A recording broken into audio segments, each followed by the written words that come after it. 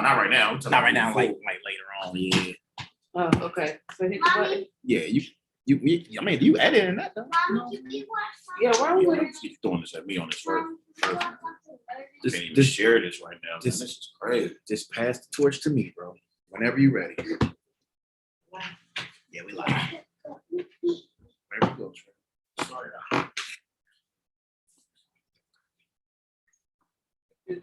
Hello, baby.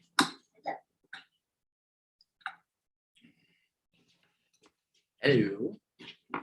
And welcome to Wise Guys. These guys know sports on this Wednesday, July the 21st, in the house with the Wise Guys crew. Myself, Mr. Trey Larkins, sitting alongside my co-host, Mr. Clarence. What's up, Clarence? I know you're feeling real good today. I can open up to tequila today, Trey. Everybody, remember go follow Wise Guys on Twitter at WiseGuys_H, also on Facebook, Wise Guys. And be sure to follow Wise Guys on Instagram at These Guys Know Sports. Clarence, how did you sleep last night? No. Let me ask you this. How did you sleep last night?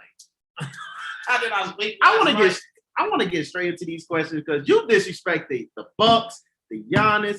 How did you sleep last night, man? You didn't answer the phone last night? Nothing, man. I should have betted you, man. But I spared you because the NFL season, I'm taking all your money. But how did you sleep last night, man? So, for me, first and foremost, I want to let everybody know, I haven't fallen off the face of the earth. Everybody wondering what's going on with me on Facebook. I'll be back on Facebook soon. I'm having some technical difficulties going on right now with my account because everybody, first thing they want to say is, Milwaukee, they didn't took a 3-2 lead in the finals. We can't find Trey. Milwaukee, they won the NBA championship. Yeah. We can't find Trey. Trey ain't went nowhere. Trey is here in the house with my fellow Wise Guy, Talking Sports. I ain't gone nowhere. I'm still here. We ain't going nowhere. So I'm here. I'm on Instagram. You can find me on Instagram, Trey Larkins22 on there. I'm on Twitter. Larkins22 is my Twitter handle. So if y'all want to holler at me, come holler at me. Tweet the man, y'all. But when it comes to the NBA Finals, Clarence, obviously last night, Milwaukee Bucks, they won 105-98. They won their first title in over 50 years. Last time they won a championship was with Kareem. And Giannis obviously was the NBA MVP. He had 50 points, shot 16 of 25 from the floor, 14 rebounds. He was outstanding. So obviously, I got some explaining to do because there are 3 things that I have been wrong about. And I'm going to address every single one of them right now, live tonight on Wise Guys. Okay. So if you don't remember, a few weeks ago. Let me help you with this. Okay, you got me? Okay. Right, there you go. A few weeks ago, I was on Facebook and I was on Instagram, Twitter. I was everywhere, even on our show. I said it time and time again. I don't believe in the Milwaukee Bucks. I said it. I've been outspoken about this. I've said this plenty of times on our show. I've said it all over social media. I've said it to family and friends who I talk sports with. I do not believe in the Milwaukee Bucks because they have come up short in previous playoff seasons, and I just didn't believe in the Milwaukee Bucks coming into the playoffs. I picked the Miami Heat to beat the Milwaukee Bucks in the first round. In the second round, I picked Kevin Durant and the Brooklyn Nets to beat the Milwaukee Bucks. In the third round, after they lost game 1 to the Atlanta Hawks, I said Trae Young and the Atlanta Hawks were going to probably win that series. And then in the NBA Finals, I picked the Suns in 6 to beat the Milwaukee Bucks. And I got to start off with them as an overall team because the Milwaukee Bucks, they are the 3rd team in NBA history to win 4 straight games after going down 2-0. The 77 Portland Trailblazers and the 06 Miami Heat with Shaq and D. Wade. I remember that. Yeah, they went down 2-0 to the Dallas Mavericks, won 4 straight. The Milwaukee Bucks are the 3rd team in NBA history to win the NBA Finals series after trailing 2-0. They also have the most seasons between championships in NBA history. The Golden State Warriors, they had 39 seasons between their last championship and the one they first won in 2014. And then the Boston Celtics, they had 21 seasons, from 1987 to 2007. That was 21 seasons. The Milwaukee Bucks went 49 years without winning the NBA championship.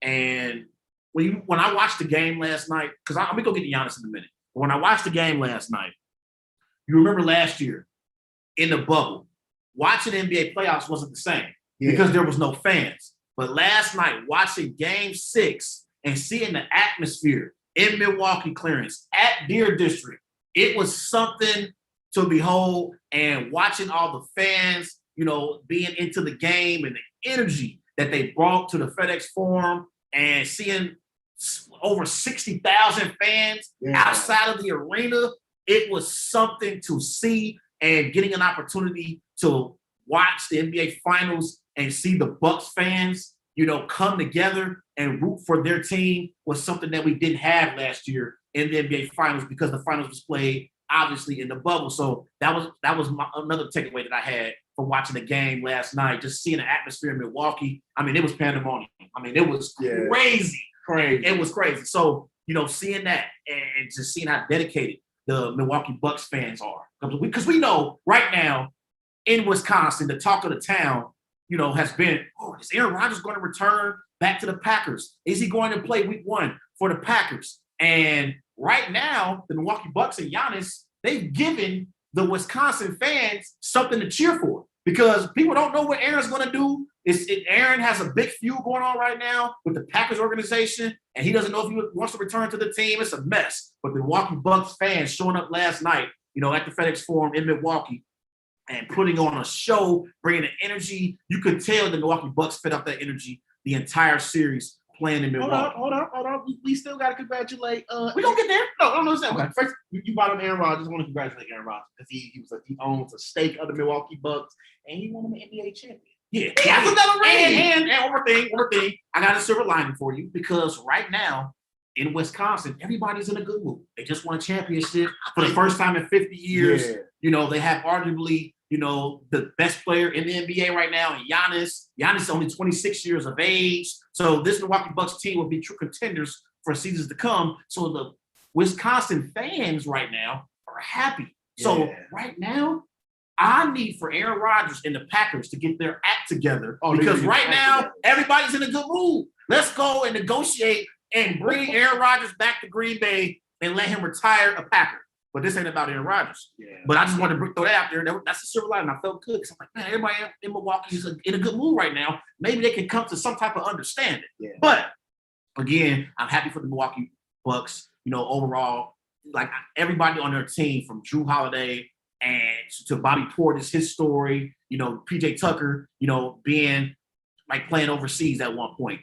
Chris Middleton playing in the G League at one point in his career. Like Mike Budenholzer, the head coach for the Milwaukee Bucks. There were people that were calling for his job earlier in this playoffs, including you. Including me. Like it was he gave you 50 voting times. Yeah. Yeah. Like, so I'm just happy for the Milwaukee Bucks city. I'm happy for their team.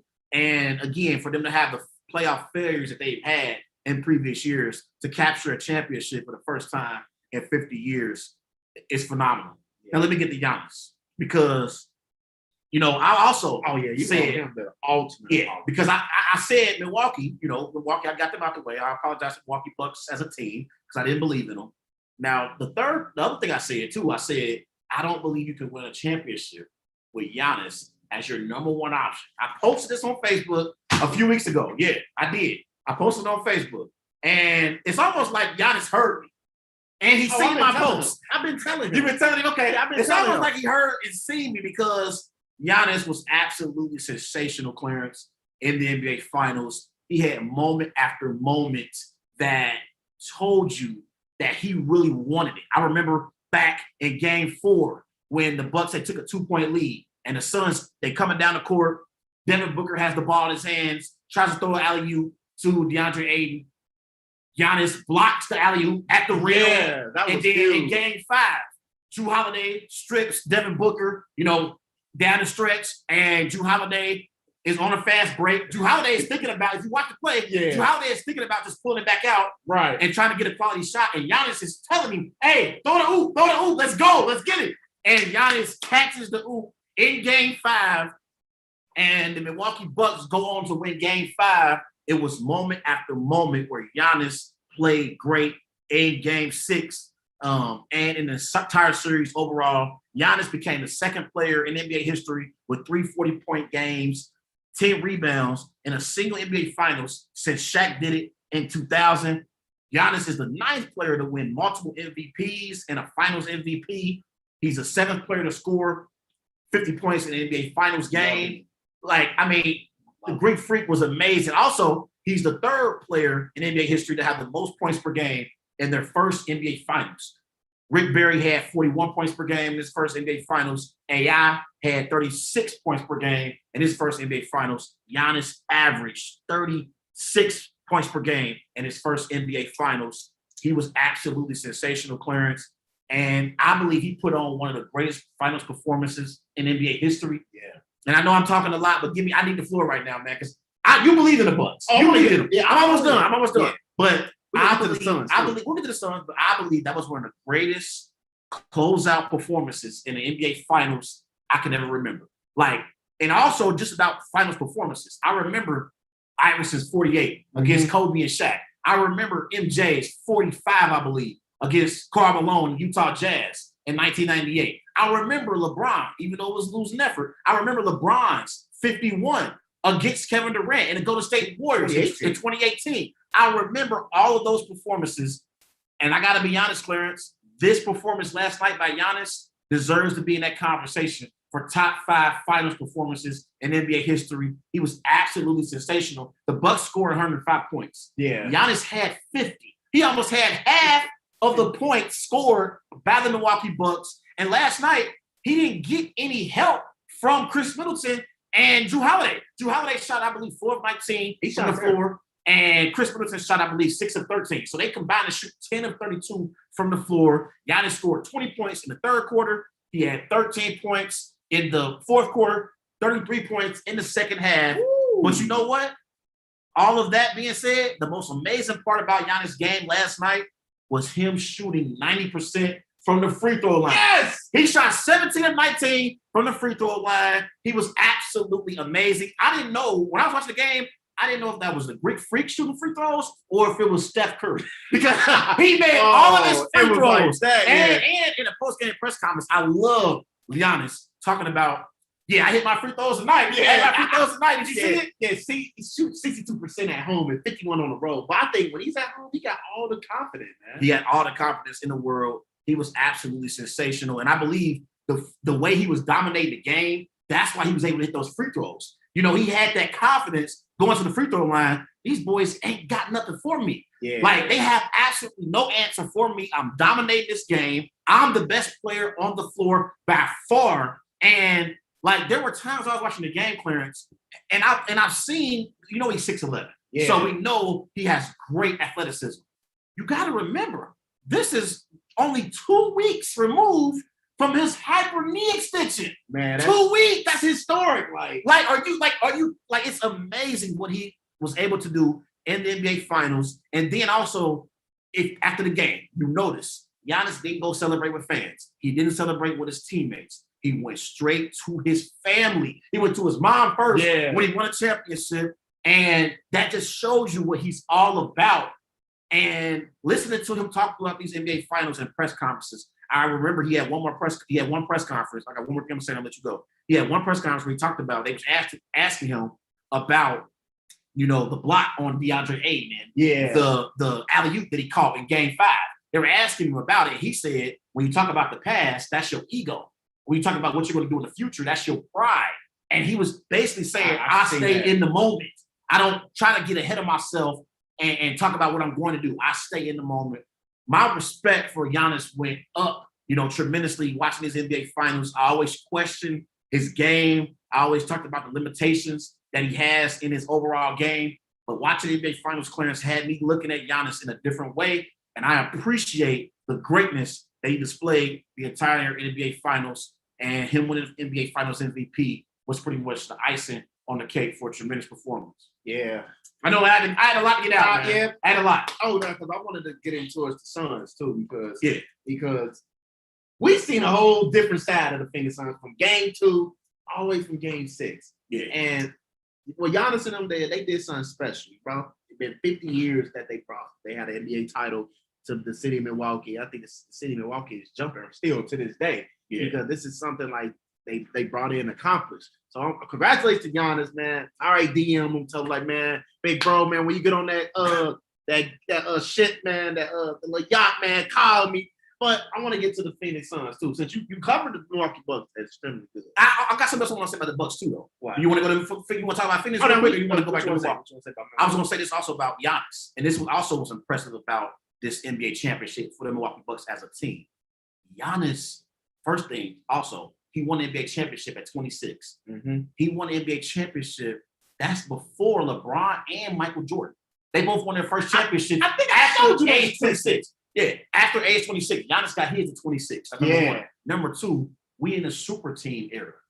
Yeah. Giannis won a championship, and he wasn't on a super team. He did it the right way. And I'm gonna go back to a tweet that he had. This was July 16th of 2014. He said, "I'll never leave the team in the city of Milwaukee till we build the team to a championship level team." And you remember last year when Giannis signed his Supermax to stay with the Milwaukee Bucks, a lot of people said, oh, he's not going to win the NBA championship playing in that small market. Right. So on two fronts, the NBA won. They won because Giannis won a championship without a super team, which shows how great of a player he is, okay? Also, they won because they won a championship in the city of Milwaukee, and that's a small market. Yeah. It's not like New York. It's not the Lakers. It's not the Bulls. It's not the Miami Heat. It's the Milwaukee Bucks. So I also felt like Adam Silver and the NBA won as a whole last night because the city of Milwaukee was celebrating the championship, and Giannis brought a championship to a small market team. Yeah. And he basically held his word and delivered a championship exactly this way he said he was going to do it back in 2014. Yeah, he kept his promise. Yeah, and he kept his word. He a man of his word. And that's why I mostly respect Giannis, because, he keeps his word and he tells the world what he wants to do. Yeah. Because when you tell the world what he wants to do, you're buying in. People are buying into your game plan. Right. So, because when the Milwaukee Bucks, the staff, when they decided to give him a Supermax, they bought into his game plan. Like, hey, we still got something to do. I got paid, but we got to bring a championship. And what he did was tremendous. I had me screaming all night at work all day. Yeah. Oh, I was going bananas, man, because everybody was saying Suns in 4. I'm like, Suns don't even can't get a Bucks team in 4. So I'm big happy for the Milwaukee Bucks. Chris Middleton played solid. Drew Holiday almost had a triple-double. Yeah, he almost had a triple-double. So they played solid all around. So this is like a new journey for them. Yeah. Like, you don't have to build a super team to win a championship. And then last night, though, there are rare times in the NBA when we watch games and we say that, oh, this particular player carried this team, in a particular game. Like, it's rare.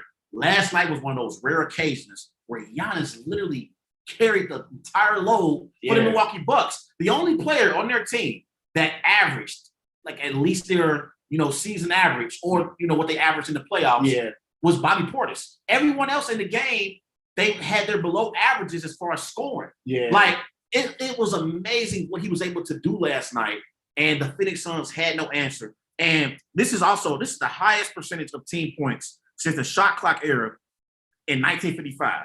Okay, Jordan had 52% of the Bulls points in 1998. Jordan had 50% of the Bulls points in the NBA Finals in 1993. Elgin Baylor had 49% of the Lakers points in 1962, and Giannis had 48% of his team's points in Game 6. 48%. They came from the Greek Freak. That's almost half of their sharing. And like for Giannis, though, like, he's one of those guys who want to work hard in the next one. He wants to prove to himself and everybody around the league, like other superstars, that he can play in this league and you can win a championship with him. So obviously that's going to bring in more people to want to come play with Milwaukee. But Okay, I was going to say one more thing. And then when you look at also, before we move on and talk about the Suns, because this is about the Milwaukee Bucks. I mean, we're going to get to the Suns. Yeah, we're going to get to the Suns. I just had to, again, so just so y'all know, I'm going down my list of apologies. I owe the Milwaukee Bucks as a team an apology because I didn't believe in them as a championship team. I owe Giannis an apology because I said he is not a true number one option on a championship team. And I also said one more other statement on the show. I don't know if you remember. I said that Aaron Rodgers would win another Super Bowl for my Packers before Giannis wins a championship for the Milwaukee Bucks. God, I remember that. Yeah, I said it. And so I also owe Giannis an apology in that standpoint, because I said, oh, that's not. And now Aaron Rodgers is a great now. He's a great, and we got close the last 2 years. We got close. But I was also wrong about that because clearly Aaron Rodgers hasn't brought us another Super Bowl since 2010. And it's a possibility Aaron Rodgers may not show up to camp next week, but that's another story for another day. But so those are the three things, ladies and gentlemen, I had to apologize for. We're gonna talk about Phoenix here shortly, but I got to apologize for saying the Milwaukee Bucks were not a championship team. I had to apologize for saying that Giannis is not a true number one option on a championship team. And I also had to apologize by saying Aaron Rodgers would win a Super Bowl for the Green Bay Packers before Giannis would win a championship for the Milwaukee Bucks. I was wrong about all three. And so I'm conceding here tonight on Wise Guys. And one more thing I want to say, Clarence, before we move on. He got one more thing. Mike Budenholzer, too, because I know we talked about, again, Mike Budenholzer, I felt like he made great adjustments, Clarence, in the finals because he didn't let Giannis just have the ball at the top of the key and come downhill the entire series. Right. He had Giannis on the block in the NBA Finals. So he had Drew Holiday and Chris Middleton, basically making plays for the Milwaukee Bucks, and he had Giannis on the block where he's dominant. Like, they had no answers for him down low. So I want to give a lot of credit to Mike Budenholzer because he also has 10 straight closeout wins, as a head coach, which is the second longest streak of all time. He has the most consecutive wins, in potential series clinchers in NBA history. Mike Budenholzer has 10. Phil Jackson has 12, and Rudy Tomjanovich has 9. So he has, the most potential series clinchers as well. He has second. So big shout out to Milwaukee, Mike Budenholzer. Big shout out to the Milwaukee Bucks. And big shout out to the Greek Freak. Yeah, big shout out to them. They partying all week. But yeah, I want to ask you this though. I feel like the Suns, like, if you consider this season, I feel like they overachieved their list. Like, they overachieved their goals. Yeah, they made NBA Finals since 1993. CP3 came over and helped Devin Booker and DeAndre Ayton beat some superior potential all-star with DeAndre Ayton, but Devin Booker is an all-star now. Yeah, and like they won. They beat their win total from last year and a few years ago. So we didn't expect the Phoenix Suns to have this type of run. So let me ask you, what do they go here from a team? Like, from a team standpoint, Chris CP3, he get a chance to opt out his contract, and that's worth $40 million.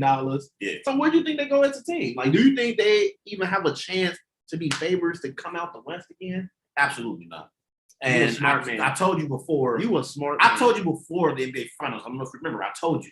I said, whichever team loses in the NBA Finals, it's going to be a bigger loss than even the team that actually wins. Yeah. Like, as great as the win is for the winning team, it's going to be an even bigger loss for the loser in the NBA Finals because it's a great chance you're not going to get back to the NBA Finals. Clarence, you look at the landscape of the NBA. Yeah. It was so many injuries, in the NBA playoffs. And when you look at specifically the Western Conference, every series, the Suns caught a break. They caught a break in every series. In the first round, they caught a break against the Lakers when Anthony Davis, he got injured. In the second round, going up against the Denver Nuggets and the NBA MVP and Joker with Jamal Murray, he wasn't there. He tore his ACL in the regular season. So they caught a break in the second round. And then in the Western Conference Finals, they caught a break with Kawhi Leonard getting injured in Game 4. Okay, so they have caught break after break after break. And that's the reason why they were in a position to get to the NBA Finals to begin with. I'm sorry, Kawhi Leonard didn't even play in the Western Conference Finals. Yeah, but he didn't. So that's what I'm saying. They caught a break because Kawhi didn't even suit up. Yeah, so they caught break after break in the NBA playoffs, and I believe that the chances of them getting back to the NBA Finals, Clarence, are slim to none. Like, it's very slim. Like, I like their team. I like Devin Booker. As a star, you can build your team around. But Chris Paul is 36 years of age. Yeah. And he is your first or second option. However you look at the Phoenix Suns, you can look at him as a first option or second option. Last night, he was the best player on the floor for the Phoenix Suns. About time, but Devin Booker was selling yesterday. Yeah, he was. But overall, Chris Paul's not getting any younger. Okay, Devin Booker is a star you can build around. But also, watching, especially in Game 6, Giannis intimidated DeAndre Ayton. Like, as much as we talked about DeAndre Ayton playing great in the playoffs, in the NBA Finals, Clarence, he came up small. He came up small. When you have to defend the back-to-back MVP, that's the hardest task of them all. I don't care what the situation is, because I'm looking at it as you're an upcoming center, Trey. Yeah. Upcoming center. You're playing against a MVP superstar in Giannis. If he would have just had a ball in these series, though, we would have been talking. Oh, DeAndre is up next, but he couldn't do no Giannis, man. Yeah, and then there were 4 Bucks players who out rebounded DeAndre Ayton. Yeah, He was intimidated by Giannis. Like every time he got the ball, he thought Giannis was gonna block. He thought Giannis was he thought Giannis was gonna send it out to the deer district. Every single time, like DeAndre Ayton got exposed in the NBA Finals. I like his future. I think he has tremendous upside. But Clarence, watching him in Game 6, he's 7 feet tall. But after watching the NBA Finals, he played like he was 5'6". And he really did. And then you got to think about it though too, like the Milwaukee Bucks been in these type of situations, not like the finals, but like situations they have to win. And this Phoenix Suns team, they're very young. They're very young. They can grow together. Yeah. Like, honestly, I'm expecting them to at least make the playoffs next year. They have to make the playoffs because they can keep their culture going. They got some nice pieces over there with Crowder, Bridges, Ayton, Booker. We don't know if CP3 go even opt back into his contract. Yeah. So they got a challenge of themselves to come back up because, like you said, you got stars like LeBron, AD, Kawhi, Luka, Jamal Murray, they all coming back. So they see what Dame gonna do. Yeah, Dame. So my guy. So they got like a challenge ahead of them. Like, so I agree with you. I 100% agree with you. The team that lost got the biggest challenge ahead of them. Yeah. Because imagine Milwaukee lost. You got KD, Kyrie, Harden coming back, right? Embiid though. But I would rather but the Phoenix Suns, they got it bad though. They got it rough. They got it rough. Yeah. And then you got Jason Kidd coming over to the Dallas Mavericks. So Dallas is gonna be competitive. So it's up to Monty Williams to actually coach these boys up and lead them into the playoffs because you can't go from making the finals and not making the playoffs. Like that's unacceptable. Yeah, that's very unacceptable for sure. But this is so crazy. What's so crazy? I was looking up stats for the NBA Finals or whatever, right? Would you believe me if I told you that the Phoenix Suns they shot a higher field goal percentage from mid-range than the Milwaukee Bucks? The Phoenix Suns shot 52% from mid-range, and the Milwaukee Bucks shot 39% from mid-range. They took smart shots. Right, okay. Would you believe me if I told you that the Phoenix Suns shot better from three-point range? The Phoenix Suns shot 38% from 3, and the Milwaukee Bucks shot 35% from 3. I believe because they got capable shooters that can shoot the ball from the 2 and the 3. From Milwaukee Bucks, they was just adjusting to the finals and then the flow of the game. If you think about it, like you said, they had different starting lineups. Every time Budenholzer went big, he had that big starting lineup. He went small. The small ball didn't work out. Yeah. So he had to change it up. But for the Phoenix Suns, they already had like a system and established game there. You know, make threes if you got a shot. And CP3 took like at least I could say about a good 30% of those mid-range shots because all his shots came from the mid-range. So that will make their percentage go higher. But the Phoenix Suns, they got nice shooters. They got actually good, decent scorers. Cam Johnson and Cameron Payne, they're some good shooters. Yeah. Some good shooters. But this is what's so crazy, though. Because the Phoenix Suns, they shot a better field goal percentage overall than the Milwaukee Bucks. They shot better from 3 than the Milwaukee Bucks. And they also led more minutes in the NBA Finals than the Milwaukee Bucks. They led by they led for more minutes than the Milwaukee Bucks did overall. But this game came down to clutch moments in games. That's what it came down to. Yeah. And I felt like the Milwaukee Bucks executed better late in games than the Phoenix Suns did. Like I watched Game 6 last night, Clarence, and I watched the Milwaukee Bucks. They put the clamps on the Phoenix Suns. They couldn't score. Yeah. They could not score down the stretch in these games, and that's the reason why the Milwaukee Bucks won their first championship in 50 years. Another thing why the Suns was losing these games. They blown leads. And uncalled turnovers. Well, last night though, in Game 6, the opposite happened from what happened in Game 5. Yeah. Because you remember in Game 5, the Phoenix Suns, they came out like gangbusters. They was up by like 16 after the first quarter, and then from the second quarter on, the Milwaukee Bucks completely dominated the game all the way, I think, up until like midway through the fourth quarter. Yeah. And this is Game 5.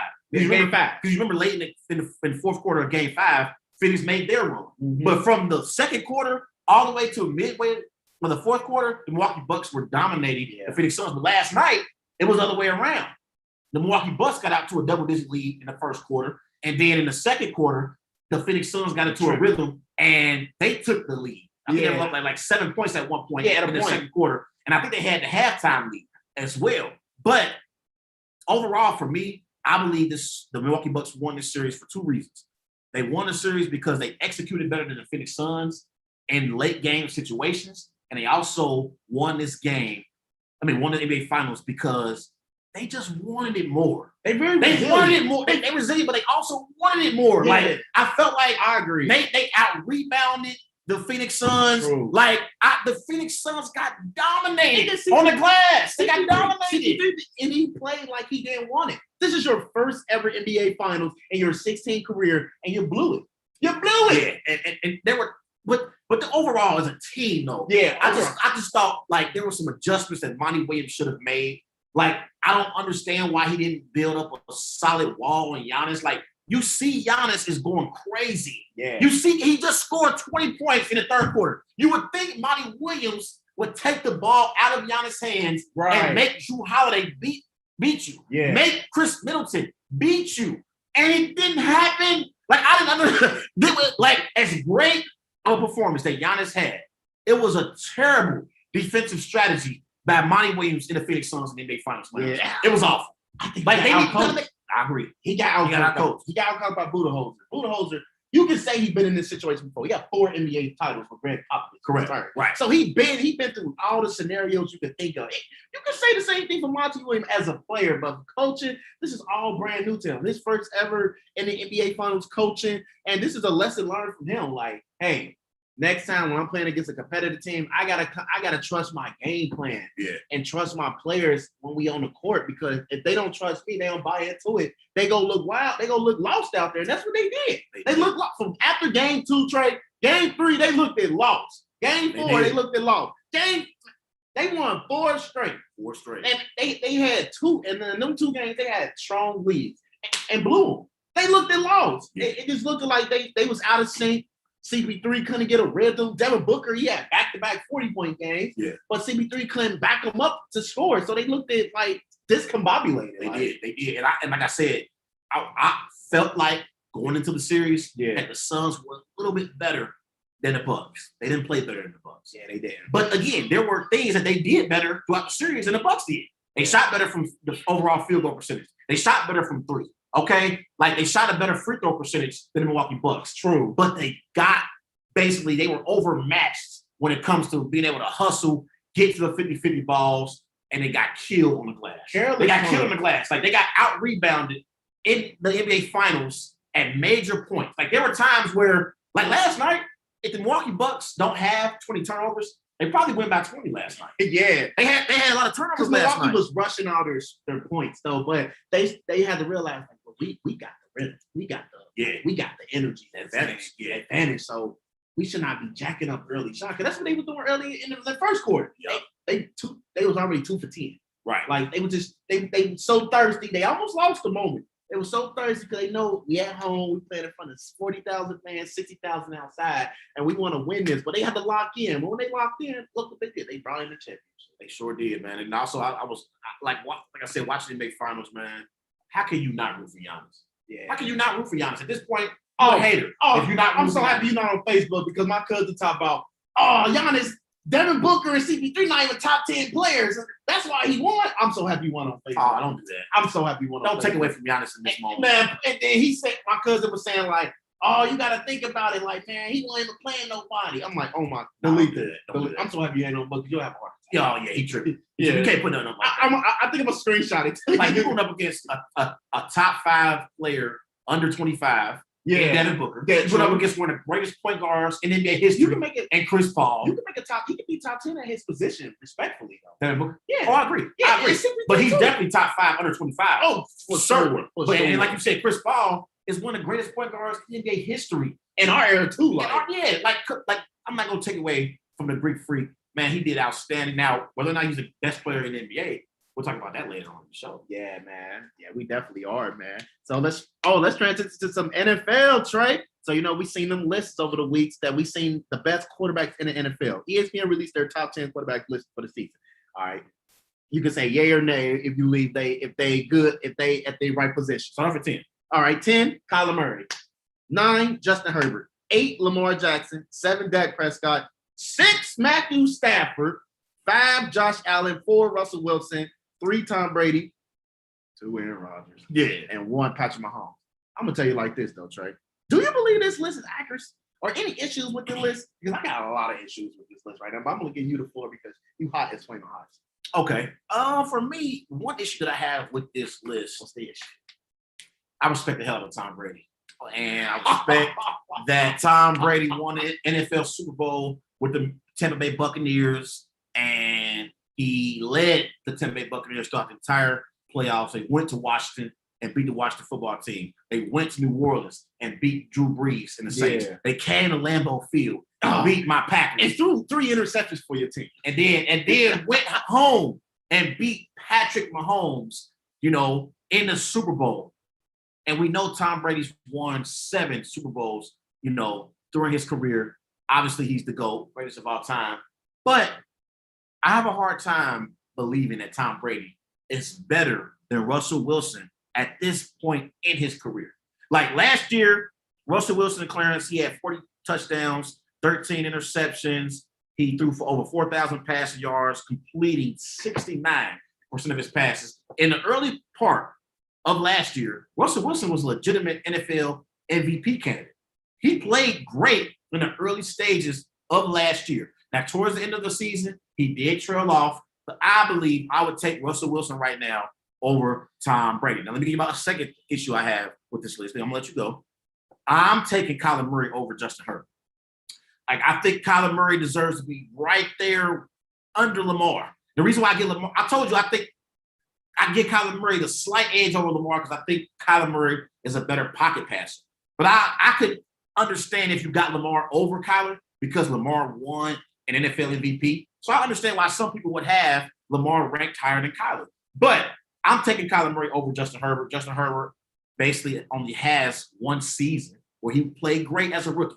Okay, he played outstanding. But I want to see more consistency from Justin Herbert. And I've seen Kyler Murray make play after play for the Arizona Cardinals. So I'm taking Kyler Murray over Justin Herbert. One more thing I got. All right, let's ask you a quick question. And I know it's a chance that he may get suspended and he may not play this upcoming season.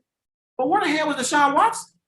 Like I'm looking on this list. Where is Deshaun Watson? You cannot make a list of the top 10 quarterbacks in the NFL and leave off Deshaun Watson. Honorable mention. Are you kidding me? Like, Deshaun Watson is a top 5 quarterback. Take out Josh Allen. I love Josh Allen, okay? Whoa. But Josh Allen played great last year. Whoa. Josh Allen ain't better than Deshaun Watson. Look, He ain't better than Deshaun. he went farther than Deshaun Watson ever did. And He had a more complete team. you'll be He mad had at a me. better coach and McDermott. Like, come on now. Deshaun Watson is better than Josh Allen. Deshaun Watson deserves, I think Deshaun Watson and Russell Wilson are on the same level, honestly. They close. Deshaun Watson, he's big time. So that's my 3 things with the list. I'm going to let you go. My number 1 issue, I think Russell Wilson should be ranked higher than Tom Brady. I believe my number 2 issue also, I believe that Kyler Murray should be ranked higher than Justin Herbert. And I'm also confused as to why Deshaun Watson is not even on the list at all. First of all, okay, I'm going to start at the bottom. First of all, Dak Prescott and Lamar Jackson is ranked way low. They're ranked way low over Matthew Stafford, a guy that only made the playoffs once in his 11-year career. I don't agree with that. And I'm about to hurt your feelings with this. Russell Wilson, you get out this damn top 5 list. He's a top 10 still though, but he's not top 5. So who would you take over him? I will take. You have to respectfully put Lamar Jackson over him. Oh, I know you're gonna take Aaron and Patrick. So we're gonna take Rodgers and Mahomes and who else? Okay, here's my top 5: Pat, Aaron, Brady, Lamar, Allen. No. Look, no. I feel like the disrespect towards Lamar Jackson is ridiculous. Ain't no way in hell I'm about to pick Matthew Stafford over Dak Prescott, even Lamar Jackson. So you would take Lamar? Who else you say Lamar and so you would take Lamar Jackson and Josh Allen over Russ? Think about it. Russ is inconsistent. Late in the season, Trey. Late in the season, he's inconsistent. He has his runs at the beginning of the year, but he doesn't execute at the end. It's like he holds on to the ball, first of all, too long. He always got a mental had mental mistakes though. And for Lamar though, like you can utilize him more, run and pass, hell, even trick play. I love Russell Wilson, but I don't think he's a top 5. Wait a minute. I don't think he's a top First 5 of all, quarterback. Lamar Jackson is not a better pocket passer than Russell Wilson. That's probably about it. Number one. Number two, he's a better athlete. The Baltimore Ravens offensive line is better than the Seattle Seahawks offensive line. You seen that line this year? So we got to look at what they're working with. The Seattle Seahawks offensive line over the last few years hasn't been very good. So sometimes Russ has to hold on to the ball and scramble and make plays because they can't protect him. Okay, I think the Ravens have a better offensive line than the Seahawks. The Seahawks always been ranked middle of the pack offense. They always had a top 10 pass rate of winning blocks. But for Russell Wilson, he holds the ball for too long. There be times when the blockers is making the blocks. He's holding the ball too long. And he don't get me started in the playoffs. Ever since 2015, that Super Bowl, he's been 2-5. So he couldn't get past the second round. Hell, he couldn't get past the second round. He couldn't. So how is Josh Allen better than Russell Wilson to you? Like, well, I'll take Allen over him because he got a strong arm. He's a good scrambler, and he throws with a sense of urgency. Like, I like Josh Allen. Josh Allen probably got the strongest arm on his list. I agree with that. Yeah, I love his arm. And this first 2 years, he had to learn how to be a quarterback. But this third year, Trey, he clicked. They made it to the AFC Championship. They broke a lot of long tenures. Like, Josh Allen has been the real deal. He always been the real deal. He just had to get better. But for Russell Wilson, he's been inconsistent towards times, like especially towards the end of the season. He can't like win the division if his man was on there, man. Like, how many times he could have had like 2 back-to-back division type crowns right there. All because he didn't make the right play. But I love Russell. He's still a top 10 quarterback, but top 5? Absolutely not. Russell Wilson is more proven than Lamar Jackson and Josh Allen. Okay, I love Josh Allen. Josh Allen last year, he had 37 touchdowns, completed 69% of his passes, only 10 interceptions, threw for close to over 45,000 passing yards. Josh Allen is amazing. He's amazing. Like, and he does have a cannon. I agree with you. He probably has the strongest arm on this list, but I'm not taking Josh Allen over Russell Wilson. I'm not taking Lamar Jackson over Russell Wilson, although I do love Lamar Jackson's upside. Because if Lamar Jackson can get throw the ball better in the pocket, I think Lamar Jackson can be a top 5 quarterback in the NFL. And can I ask you this? What in the hell? You taking Matthew Stafford at 6? He's the 6th best quarterback. And that's why I was going next. So you think Dak was ranked too low too? Yeah, Dak and Lamar was ranked too low. And so where would you put Dak at? 6? Because you said your top 5 is Josh Allen, yep, Aaron Rodgers, Josh Allen, Patrick Mahomes. You said Tom Brady? Yeah, Brady and Lamar. So you got Prescott at 6? No. If I was going off this list though, it would be Pat, Aaron, Brady, Lamar, Josh. Okay, so you got Prescott. You got Prescott at 6 or 7 because he still got something to prove, though. Let's got him at 7. I wouldn't put Matthew Stafford over him. I'm sorry, like I wouldn't though. Stafford is a competitor, and he can launch that ball. But Prescott is a hard worker. And he can does the same thing, and he's more proven than Matthew Stafford. Stafford, this is the biggest season in his coach's career. Like, if he can show them he can be a franchise quarterback, he earned his bag. Okay, let's talk about that. Matthew Stafford and Dak Prescott, okay? Okay. Now, for me, I believe that Matthew Stafford, last time I checked, he doesn't have Ezekiel Elliott in the backfield and the ball. Oh, my God. Is we about to start? I'm asking. I'm only asking a question, okay? Also, last time I checked, does Matthew Stafford have a great receiving core like Dak Prescott has in Dallas? Because Dak Prescott has the luxury of throwing to CeeDee Lamb, Amari Cooper, okay? Like, he got the luxury. He has an amazing supporting cast. I guarantee you. Matthew Stafford has never had a supporting cast like Dak Prescott has in Dallas. Ever. And like, he hasn't. Also, like, let's not forget, Matthew Stafford for his career, he has 282 touchdowns, 144 interceptions, threw for over 45,000 passing yards. He completed 63% of his passes. I know he doesn't have a great resume in the playoffs, but he even make the playoffs. I think he's been there once. But at the same time, I think that's because of the Detroit Lions organization, more so than Matthew Stafford as a player. But let me ask you this. How many great quarterbacks turn franchises into winning franchises? A lot, right? if he was an elite quarterback that he would have been right there. But some parts he dealt with injuries too. So injuries part of the game though. But Stafford, like I feel like this is a testimonium to his this season is a testimonium to is you an elite quarterback or not? I agree with that. Like I think it's a put up or shut up year for Matthew Stafford. And another thing, Justin Herbert, a top 10 quarterback over Baker Mayfield. And that Cleveland team looked loaded, Trey. They do, but that's not Baker. That's the team. Oh my God! Come on, man. I mean, no, I get what you. So you also agree with me about Kyler Murray should be ranked higher than Justin Herbert? Yeah, I think he should. He should be. But I think for Kyler didn't get ranked over higher because you had two games to make the playoffs and you couldn't make right. it. I understand. Yeah, so you're not like the politics and stuff. But Herbert, let me ask you this: this is second season. Yeah. You think he's gonna hit? He gonna hit. That means he's gonna have a breakout, or have another good season, or he gonna miss, or he gonna have a bad season. What you think? I expect Justin Herbert to play great. There are people now. Yeah, there are people right now in the NFL media. They are saying that Justin Herbert has a chance to be a top 5 quarterback by season's end. This is what some people are saying. I heard of that. There are people that are saying that. And when you look at the team that they have, I actually like the LA Chargers. I think they're a team that will compete in the AFC West with the Kansas City Chiefs. They're not going to beat the Chiefs. Okay, the Chiefs will win the division. But I think they're the second best team in the AFC West by far. By far. Yeah, it's not even second. Denver and the Las Vegas, they are a far third and fourth, a fourth team away from the Kansas City Chiefs and the LA Chargers. I think the LA Raiders is hearing you right now.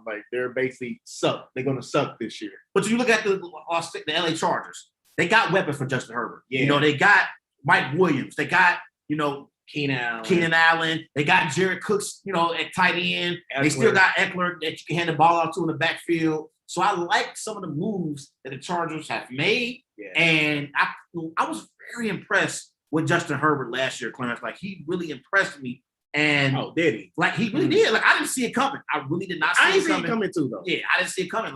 We were talking about before the draft, everyone was talking about Joe Burrow. We was talking about Tua. And then all of a sudden, Justin Herbert got the starting job, and he never looked back. He had 31 touchdowns, 10 interceptions last year, threw for over 4,000 passing yards. He was absolutely sensational for the LA Chargers. I think Justin Herbert will emerge this season, and he's going to move up this list. I got big expectations for Justin So let me Herbert. ask you this, though. So now we know our top 10 quarterbacks. So you mentioned Tua Tagovailoa and Joe Burrow. Is those guys even in your top 15 or top 20? Not Tua. Not Tua. No, he's not. What's wrong with Tua? I think Tua, he got thrown into a situation that Brian Flores was trying to decide, is Fitzpatrick going to be the quarterback or Tua going to be the quarterback? Yeah. Okay, one of them having a bad game. Somebody's getting put out. But this year is going to determine if Tua is even a franchise quarterback. Yeah, I just wasn't really impressed with him last year. And then what about Carson Wentz? Last year, there was the side. I think it was last year. They were trying to make the playoffs last year. Talking about the Miami Dolphins. Yeah. And the last game of the regular season, this was when you pushing all your chips to the front of the table. Yeah. You're trying to make the playoffs. You win. It's win or go home. And last year, Tua, he threw 30. He went 35 of 58. He completed 60% of his passes. This was going up against the Buffalo Bills. They lost 56-26. Oh, Tua threw 3 interceptions, only had 1 touchdown. He was awful. And so I'm not a big believer in Tua right now. Even though you say he's going to have a better career than Burrow? I was wrong. You You saw earlier on the show. I don't have a problem with admitting I'm wrong. Man, they smelled that liquor on your breath. I'm probably not wrong, man.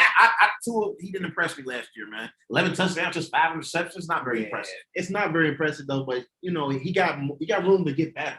And this is the perfect time for him to get better. And what it is, he has to learn how to be able to throw the ball down the field accurately. That was his biggest issue last year.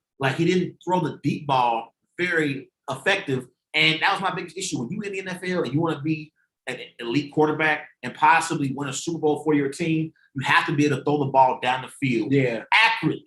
Okay, and that was my biggest issue last year with Tua. There were times where he was very inaccurate, Clarence, and you have to be able to throw the ball accurate to be a quality starting NFL quarterback. So let me ask you this: who's your dark horse quarterback? Who do you think is going to show out this year? Your dark horse. That's a good question. Dark horse quarterback. Dark horse. Oh, man, that's tough, man. You know what? You ready for this? Yeah. I know you're probably gonna say like, what? Like, are you serious? Okay, let me prepare. Go ahead, prepare yourself. Prepare yourself. Lord, please don't let him say something. Do I think he ain't about to say? I think Carson Wentz is going to have a bounce back season with the Indianapolis Colts. I can dig that because you got an offensive line, you got receivers that you can deal with. You got everything you want. Yeah. Honestly, Joe Trey, I'm gonna add to it. I think he's gonna throw 4,000 passing yards. Oh, so you agree with this? Yeah, I think he is. I think he's gonna throw 4,000 passing yards and 35 touchdowns. Okay. I think that's his statistics numbers. I right like Carson Wentz with the Indianapolis Colts. Yeah. They got one of the best offensive lines in the NFL. The best. And probably the best. I agree. I like Jonathan Taylor at the running back position. You can hand the ball off to Jonathan Taylor. I like T.Y. Hill, as a receiver. You got Michael Pittman. You got Paris Campbell, Jake Doyle at the tight end spot. So I think Carson Wentz is in the perfect situation and to play good football. And you're right, they got a solid defense on the other end. I think Carson Wentz going to have a bounce back season. I think for the AFC South, though, that going to depend on Titans and the Colts. If you had to ask. I agree. Yeah. Agree. And I think that they're going to run away with that division. Yeah. The Colts and the Titans. It's going to be a fight to the finish line for both of those teams. We know the Jacksonville Jaguars, they're rebuilding, with Trevor Lawrence and Urban Meyer, so. So what about Derek Carr? Do he land on your top 15, 20 list? Well, I like Derek Carr. Actually, I got Derek Carr in my top. I think he's a solid one. I do too. 72 percentage in throwing, so I think he's solid. I think he wants to be John Gruden quarterback. Gruden just giving him a hard time.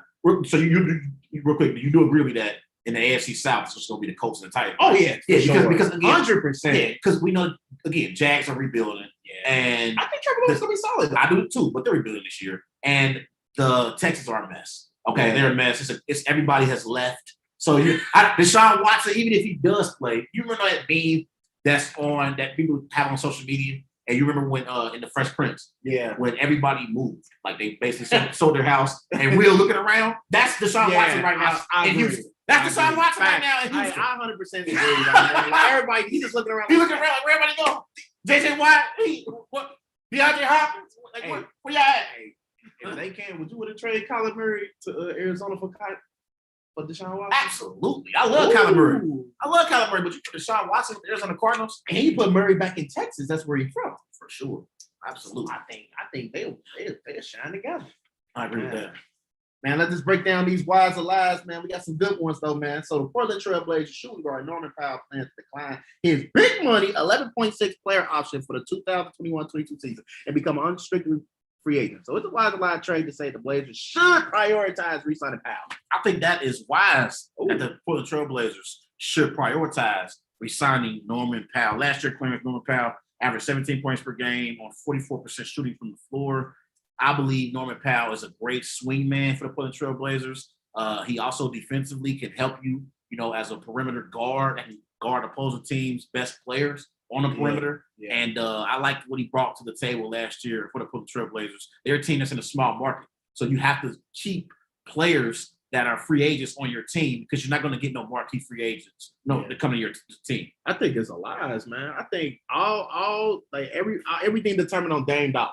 Because if he return next year, they're going to prioritize bringing back Powell for like 1 or 2 years. But if Dame decided to want to get traded, Powell going to want to look somewhere else and play on a team that he believed that he could win a championship with. Because once Dame leave, they ain't rebuilding them. Oh, absolutely. But at the same time, if Dame leaves, that's more money for them to give Norman Powell. Yeah, I mean, that he might get a chance. Hey, you want to be a superstar? They show Norman right here. Being in Portland, you're not going to attract marquee free agents. No. So you got to re-sign your players when it's time to resign them. Nobody's, lobbying to play in Portland. It's not happening. Yeah. According to the NFL Network, Lamar Jackson is projected to make around $40 to $45 million per year next season. So is it wise to say Lamar Jackson even deserved to be in the 40 a year class? That is a lie to say that Lamar Jackson deserves to be at $40 million per year. And it's not anything to do with his performance. Oh, I know. It's because I believe the type of player that Lamar Jackson is, he can become injury prone. Like he's not a Don't say that. He's not. I'm being honest. He's not a pure pocket passer like Deshaun Watson. Josh Allen. He's a player or Dak. Like he's a player that makes plays with his athleticism. And I know he won NFL MVP in 2019, 36 touchdowns, 6 interceptions, broke the rushing yards all-time record Can't forget by that. Michael Vick. I respect the hell out of Lamar Jackson. But if I'm the Baltimore Ravens, I would be very cautious on giving him $40 million per year, not because of his performance, but because of the type of player that he is. I would hope and pray that he wouldn't get injured. I would be very reluctant because I know he can get injured being the kind of quarterback he is. I'm not talking about performance. I know, but you know the salary cap is going up next year. So players don't want that big money. So that's why I think it's wise though, because he's literally like their engine, like to making the playoff. I think you should give him at the start at $40 million. Now, if he gets 45, that's if he wins the Super Bowl. Right. Now, if he wins the Super Bowl, yeah, Trey, I got to get that man $45 million a year. Right. He just won a Super Bowl. Before we go on, let me be very clear. The caliber of player that Lamar Jackson is, he deserves to be paid $40 million per year. I'm just looking at it from the perspective of the Baltimore Ravens. Yeah. And I would be cautious to give him that kind of money, given the type of player that he is. But you ain't tell everybody you work in the front office in Baltimore. So that's why you're thinking about it. So the Brooklyn Nets, they are favorites to win the 2021-2022 NBA championship. So is it wise or lies to say the Brooklyn Nets are the favorites to win the championship next season? It all depends. I believe that there are the strong favorites because KD set the tone in Brooklyn. Like, hey, you missed it the first year. The second year, you got to get it, bro. Yeah. You got this, but this is like his third year in his contract. His third year. Yeah. So you have to get it. This is a must-win year for you next year. James Harden, they have to be healthy. And them guys ain't healthy again, man. That's going to be a failed experiment. But I think that it is wise that they're favored to win the championship. But, they're a stacked team, and you don't know what LeBron and AD going to do. So I think it's wise. Oh, I'm torn on this one. You're torn. I'm torn. Like, I'm going to be honest. Part of me feels like it's wise because they're going to have Kyrie Irving, James Harden, and Kevin Durant. And this is assuming they're healthy, right? Yeah. We're assuming that they're healthy. If they are healthy, I guess I lean towards wise. You got to think about it, because they got to pay 3 max players. They got to pay 3 max players. And they're like, as far as from a scoring perspective, they're the greatest team assembled with Kyrie Irving, James Harden, and Kevin Durant. So I would say it's wise to say the Brooklyn Nets are the favorites to win the championship next season. But that could change depending on what happens, this offseason in the NBA. So let's switch gears to some NFL. LA Rams running back Cam Akers tore his Achilles while he was training yesterday. So is it wise or lies to say the LA Rams should look in free agency for a running back or stick with the running backs that they have now on the roster? I think it's wise for them to look in free agency because you're looking at their running back thing. They got Darrell Henderson and they got 2 young rookies. Young rookies that could be good potential running back. But at this point in career, you're in Super Bowl mode. You're in win now mode. You need a running back that's gonna complement Matthew Stafford. That's gonna be able to run the ball when needed. So I think it's why they need to look into free agency trade because they don't look at free agency right now. This LA Rams team might be in trouble. Yeah, I agree with you on this. I think it's wise that the LA Rams should look at free agency for another running back to add to the depth chart. You brought up Darrell Henderson last year. He had 624 rushing yards, 5 touchdowns. Last year, Sean McVay, they pretty much had a running back by committee with Cam Akers and Darrell Henderson. But I don't think Darrell Henderson is enough. And like you said, they got 2 other rookies on their depth chart, Xavier Jones and Jake Funk. I don't believe in those guys. I don't even know who they are. Believe it or not, I know I'm big on the draft. Jake Funk is projected to be a Christian McCaffrey type. So that could be on the look. But you don't know that right now. Yeah, we don't know that right now. That's the ceiling. Yeah. And the Rams are right now, they're in win now mode. True. This is a put up or shut up year for Sean McVay and Matthew Stafford. You need to bring in another running back in free agency, to help Darrell Henderson out. And I think that's what they need to do. I think it's why I say they should go in free agency and try to find a running back. Yeah. So Alabama head coach Nick Saban said he's unsure on the NIL, that is the name, image, and likeness. And he think the players won't have the same opportunity and won't be equal as we think. So it's a wise lie to say the name, the image, and the likeness will be equal to the college players. I think I would say it's wise. I think it would be equal to the college players. I understand where Nick Saban is coming from, but I would say that would be wise on that. Yeah, man. I think it's wise on it too, man, because these players get millions of dollars right then and there. Once they got this pass, man, they got it. Yeah, for sure. Yes, for sure. Everybody remember go follow Wise Guys on Twitter at WiseGuys_H, also on Facebook, Wise Guys. Everybody remember going to follow Wise Guys Instagram at These Guys No Sports. Man, it was an outstanding show, Clarence. Oh, Friday gonna be even funkier It's now, gonna be even man. better. We got a lot we got to talk about. Like, We got I know a we haven't been here. We're back in the house with the Wise Guys crew. Every Monday and Wednesday, catch the Wise Guys Sports. Right now, it could change, but right now, 7 p.m. to 8:30 p.m. On Friday, we're gonna be here 8 p.m. to 9:30 p.m. on the Worldwide Sports Network. Cause I ain't gotta work. So Clarence, he's actually happy right now. He's celebrating as an NBA fan right now with the Milwaukee Bucks and Giannis. And we're gonna see what happens on Friday's show. We'll see what we got store for y'all.